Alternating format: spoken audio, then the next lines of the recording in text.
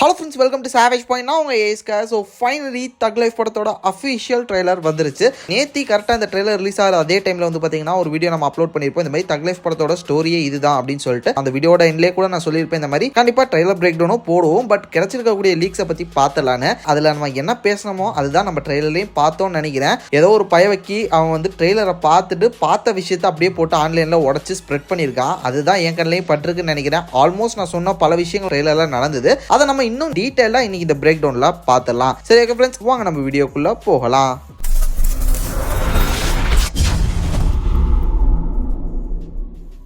Lakshmi organics நம்ம இயற்கையான முறையில தேன் பண்ணி அமைத்து அதுல இருந்து சேகரிக்கக்கூடிய தேனை எந்தவித கலப்படமும் இன்றி விற்பனை பண்ணிக்கிட்டு வரும். அதோட சுத்தமான தேனை தாண்டி வேல்யூ ஆடட் ப்ராடக்ட்ஸ் சொல்லக்கூடிய தேன் ஊரல் வகைகள், அதாவது பன்னீர் ரோஜா குல்கந்து, தேன் அத்தி, தேன் பேரிச்சை, தேன் இஞ்சி, தேன் பூண்டு, தேன் முந்திரி, தேன் உலர்பழங்கள்னு சொல்லிட்டு கிட்டத்தட்ட 8 வகையான ப்ராடக்ட்ஸ் நம்ம விற்பனை பண்ணிக்கிட்டு வரோம். ஒருவேளை உங்களுக்கும் உங்க ஃபேமிலிக்கும் சுத்தமான தேன் மற்றும் தேன் ஊரல் வகைகள் வேணும் அப்படின்னு நினைச்சீங்கன்னா மறக்காம ஸ்கிரீன்ல தெரியற நம்பரை கான்டாக்ட் பண்ணுங்க. மேலும் நம்ம நிறுவனத்தை பத்தி தெரிஞ்சுக்க டிஸ்கிரிப்ஷன்ல கொடுத்திருக்கிற நம்மளோட லக்ஷ்மி ஆர்கானிக்ஸ் இன்ஸ்டாகிராம் பேஜை தொடர்ந்து ஃபாலோ பண்ணி சப்போர்ட் பண்ணுங்க. இப்போ வாங்க கண்டென்ட் குள்ள போகலாம். ஸோ ட்ரெய்லர் வந்து பார்த்தீங்கன்னா ஸ்டார்டிங்கில் அந்த ஒரு ஹாலிவுட் ஸ்டைலில் சின்ன சின்ன கிளிப்ஸ், ட்ரெய்லரில் வரக்கூடிய மோஸ்ட் இம்பார்ட்டன்ட் கிளிப்ஸ் எல்லாம் வந்து முன்னாடி வச்சுட்டு அஃபிஷியல் ட்ரெய்லர் அப்படின்னு சொல்லிட்டு கொண்டு போனாங்க. ஸோ இது ஒரு முடிஞ்ச அளவு இன்டர்நேஷனல் ஸ்டாண்டர்ட் ஃபிலிமாக, ஒரு பக்கா பேன் இண்டியன் ஃபிலிமாக அதை புஷ் பண்ண ட்ரை பண்ணுறாங்கன்னு நினைக்கிறேன். அது வந்து குவாலிட்டிலே தெரியுது. அது மட்டும் இல்லாமல் ஐமேக்ஸ் ஃபார்மேட்லேயே ரிலீஸ் பண்ணுறாங்க. ஒரு பிக்கஸ்ட் ரிலீஸ்க்காக தான் பிளான் பண்ணிட்டு இருக்காங்க அப்படின்றது நமக்கு புரியுது. எடுத்தோடனே வந்து பார்த்தீங்கன்னா கமல் சாரோட டைலாக்ல தான் ஸ்டார்ட் ஆகுது. இந்த மாதிரி விதி வந்து உன்னை இனியும் வந்து ஒன்னா இணைச்சிருச்சு, நீ எனக்கு நீ தான், உனக்கு நான் தான், அந்த மாதிரியான ஒரு விஷயம். என்னை வந்து யமன்ட்ட இருந்து காப்பாத்தினது அவன் தான் அப்படின்னு சொல்லிட்டு அந்த ஒரு குழந்தை தான் சிம்பு சார் நம்ம எல்லாருக்குமே தெரியுது. ஸோ அவர்கிட்ட பேசுற மாதிரியான ஒரு டைலாக் தான் இது. பார்த்தா கமல் சாரோட ஒரு யங் போர்ஷன் லைக் சிம்பு சாரோட எங்க வேர்ஷனையும் காட்டுற மாதிரியான ஒரு சின்ன ஒரு ஷாட் தான். பட் அதுல வந்து மைனூட்டா பாத்தீங்கன்னா பல டீடைல்ஸை நீங்க வந்து பார்க்கலாம். அந்த இடத்துல கமல் சாரோட கையில வந்து பாத்தீங்கன்னா அடிபட்டிருக்கு. அதே மாதிரி குட்டியா இருக்கக்கூடிய எஸ்டிஆரோட ஹிப்ல அவருக்குமே அடிபட்டிருக்கு, ரத்தம் வருது. அப்படி பார்க்கும்போது ஏதோ ஒரு பெரிய சண்டை, ஏதோ ஒரு பெரிய விஷயத்துல இருந்து இவங்க வந்திருக்காங்க. அது மட்டும் இல்லாம மண்ணள்ளி போட்டுக்கிட்டு இருப்பாங்க. அப்படி பார்க்கும்போது மேபி யாராவது இறந்திருக்கலாம். அவங்கள புதைக்கும் போது இதை சொல்லிக்கிட்டே அவர் வந்து மண்ணை போட்டு இனி எனக்கு நீ தான், உனக்கு நான் தான், அந்த மாதிரி அந்த பையனுக்கு ஒரு ஆறுதல் சொல்றதையும் தாண்டி அந்த பையனை எடுத்தும் வளர்க்கலாம் அப்படின்னு நான் நினைக்கிறேன். ஃபர்ஸ்ட் ஆஃப் ஆல் இந்த ட்ரெய்லர்லாம் பார்க்கறதுக்கு முன்னாடி அவருக்கு பிறந்த பையனா தான் சிம்பு சார் இருப்பார் அப்படின்னு நான் நினைச்சேன். பட் இப்போ டோட்டலா அப்படியே சேஞ்ச் ஆயிடுச்சு. நான் ஆல்ரெடி அந்த ஒரு வீடியோலயே நான் சொல்லியிருந்தேன், இது வந்து நாயகனோட ஸ்பிரிச்சுவல் சீக்வல் அப்படின்னு சொல்லிட்டு கிட்டத்தட்ட அந்த மாதிரியான கேரக்டர்ஸ் இதுல இருக்கும். ஆனா அதே கதை இருக்காது. அதை வந்து வேற மாதிரியான வெர்ஷன்ல எடுத்துக்குவாங்க டைரக்டர்ஸ். அதுதான் ஸ்பிரிச்சுவல் சீக்வல் அப்படின்னு சொல்லிட்டு நான் சொல்லியிருந்தேன். லிட்டரலி இங்க அதுதான் நினைக்கிறேன். கிட்டத்தட்ட நாயகன் தான் இது. நாயகன் படத்துல வந்து எஸ்டிஆர் கேரக்டர் மாதிரியானே அங்க ஒரு கேரக்டர் வரும். அங்க அந்த ஒரு குட்டி பையன் ஒருத்தர் இருப்பான். அவங்க அப்பாவை தான் போலீஸா இருந்து எங்கர் கமல் வந்து கொண்டிருப்பாரு. ஃபைனலா கமல் சார் வந்து யார் கையால சாவார்னு பாத்தீங்கன்னா அந்த போலீஸ்காரனோட பையன் கையால தான் சாவாரு. அவரோட ஃபேட் அங்கதான் எழுதி இருக்கு. அவர் அங்க இருந்து தான் அவரோட ஜேர்னி ஸ்டார்ட் பண்ணுவாரு. அந்த ஒரு ரத்தத்தால தான் அவரோட ஜேர்னி முடியும் அப்படின்ற மாதிரி அங்க ஒரு ரைட்டிங் ஃபேட் ஆர் சம்திங் அங்க ஒன்னு இருக்குல்ல, அந்த மாதிரியான ஒரு ஈவெண்டா இது இருக்கலாம் அப்படின்னு எனக்கு தோணுது. அந்த கேரக்டர் ரெப்ரசென்ட் பண்ற மாதிரி தான் இங்க எஸ்டிஆர் கேரக்டர் இருக்குமோன்னு எனக்கு தோணுது. கமல் சார் வந்து எஸ்டிஆரோட ஃபாதரை மேபி கொண்டிருக்கலாம். ஆஃப்டர் தட் ஐயோ பாவம் இந்த ஒரு பையன் இருக்கானேன்னு அவர் மேல ஒரு இறக்கப்பட்டு போயிட்டு போறான், நான் இவனை வச்சு பாத்துக்கிறேன் அப்படின்னு சொல்லிட்டு மேபி ஏதோ ஒரு விதத்துல இந்த ஒரு பையனை அவர் தூக்கிட்டு வந்திருக்கலாம் அப்படின்னு எனக்கு தோணுது. இதுதான் இந்த ஒரு படத்தோட ஒரு மெயின் கோர் கான்செப்ட்னு நினைக்கிறேன். எஸ்டிஆர் சின்ன பையனா இருக்கும்போது அவருக்கு விவரம் தெரியாம மேபி கமல் சார் கூட வந்திருக்கலாம். பட் லேட்டரா இந்த படத்துல பல முக்கியமான இடங்கள்ல அவரோட ஃபாதர், அவரோட ஆர்ஜின், அவரை கொன்னது இவர் தான் அப்படின்ற பல விஷயங்கள் வெளியே வரும்போது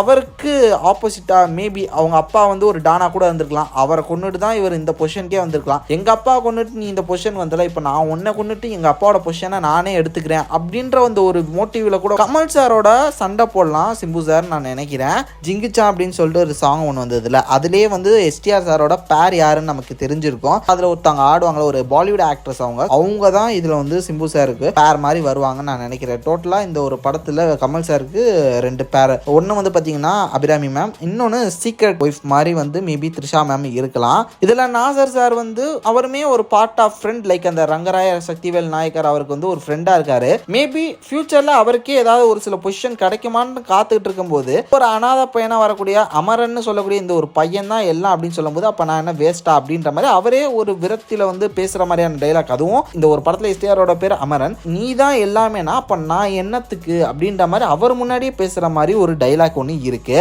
ஆல்மோஸ்ட் இதெல்லாம் வச்சு பார்க்கும்போது ஒரு தக்கான கேங்ஸ்டர்ஸோட லைஃப்குள்ள நடக்கக்கூடிய தக்கான விஷயம் அதுதான் இந்த தக் லைஃப்னு எனக்கு தோணுது. நிறைய பாசிபிலிட்டிஸ் இருக்கு. பட் மோஸ்ட்லி இந்த படத்தோட ஒரு சிம்பிள் ஒன்லைனரா என்னவோ அது இதுதான் நான் நினைக்கிறேன். சிம்பு சாருக்கும் இவருக்கான கிளாஷ்கான ரீசன் மேபி இதுவா தான் இருக்கலாம். ஏன்னா இவ்வளவு பெரிய பையன் வரையும் வந்து இவர் வளர்த்திருக்காரு. அப்படி இருக்கிற ஒருத்தரை வந்து ஏன் இவர் அழிக்கணும், அதை தாண்டி அந்த ஒரு பொசிஷனை ஏன் எடுத்துக்கணுன்ற அந்த ஒரு வெறி ஏன் வருது? ஸோ அதுக்கான ஸ்பார்க் ஏதாவது ஒன்று பவர்ஃபுல்லா இருக்கணும். இருந்தா மட்டும்தான் அது வந்து சரியா இருக்கும். இல்லைன்னா சப்பையா போயிடும். மேபி எனக்கு இதுதான் அவரோட அந்த ஒரு ரிவெஞ்சுக்கான ரீசனா இருக்கும்னு எனக்கு தோணுது. இது மட்டும் இல்லாம சுவிட்சர்லாந்து மாதிரியான ஒரு போர்ஷன் ஒன்று வருது. ஸோ அதுல தான் வந்து பாத்தீங்கன்னா ஃபர்ஸ்ட் ஃபைட்டா இருக்கும் எனக்கு தோணுது. லைக் கமல் சாருக்கும் சிம்பு சாருக்கும் வரக்கூடிய ஃபைட் அதுவாக தான் இருக்கும்னு தோணுது. ஏன்னா அந்த ஒரு ஷாட்ல வந்து பாத்தீங்கன்னா கமல் சாரோட ஹேர் ஸ்டைல் வந்து ரொம்ப ட்ரிம்டா இருக்கும். அதுதான் ஃபர்ஸ்ட் நான் நினைக்கிறேன். ட்ரிம்டா இருக்கக்கூடிய அந்த கமல் சார் ஏதோ ஒரு மீட்டிங் தான் நான் நினைக்கிறேன். அந்த இடத்துல வச்சு சிம்பு சார் வந்து இவரை பீட்ரே பண்றாருன்னு எனக்கு தோணுது. லைக் ஹோல் டீமும் சேர்ந்து கமல் சாரை பீட்ரே பண்றாங்க.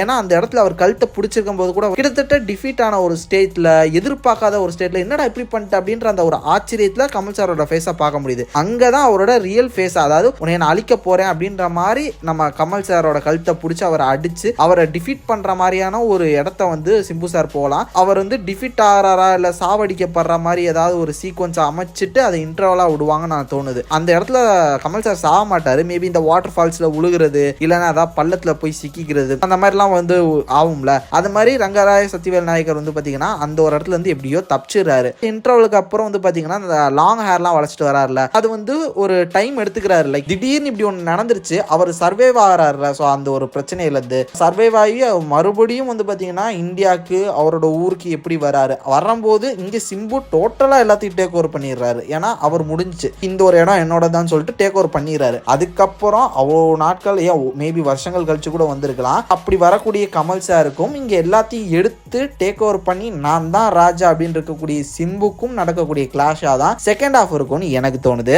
கண்டிப்பா அதில் நான் நிறைய ஸ்பாய்லர்ஸ் பேசியிருக்கேன் தான் நினைக்கிறேன். ஸோ அதுக்கான ஸ்பாய்லர்ட்டும் நான் சொல்லிட்டேன். அந்த ஒரு ரிஸ்க் எடுத்து பார்த்தவங்களுக்கு கண்டிப்பா ஓகே ஃபைன் நான் நினைக்கிறேன். அதை தாண்டி பார்த்தவங்களால நான் எதுவும் பண்ண முடியாது. ஸோ லிட்ரலி இது இப்படி தான் இருக்கும்னு நினைக்கிறேன். வெயிட் பண்ணி பார்ப்போம். தென் இதை தாண்டி உங்களோட தாட்ஸ் அண்ட் வியூஸ் என்னன்றதை மறக்காம கீழே கமெண்ட் செக்ஷனில் மென்ஷன் பண்ணுங்க. சரி ஃப்ரெண்ட்ஸ், இதை மாதிரி தொடர்ந்து நிறைய இன்ட்ரெஸ்டிங்கான வீடியோஸ் பார்க்கறதுக்கு மறக்காம நம்ம சாவேஜ் பாயிண்ட் சேனல் சப்ஸ்கிரைப் பண்ணி அந்த பெல் ஐகானை பிரஸ் பண்ணிக்கோங்க. அடுத்த ஒரு இன்ட்ரெஸ்டிங்கான வீடியோவில் நாளைக்கு மீட் பண்ணுறேன். அது வரையும் tata bye bye, take care from A Square.